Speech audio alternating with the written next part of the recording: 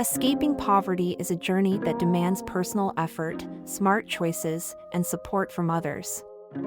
First, investing in education and skills is crucial.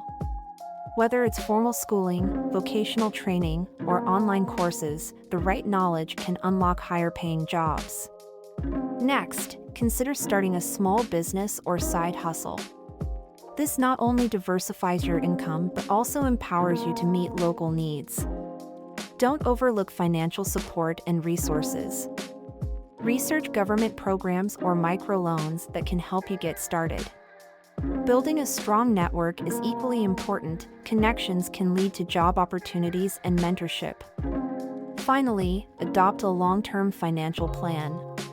Create a budget, set savings goals, and avoid high-interest debt.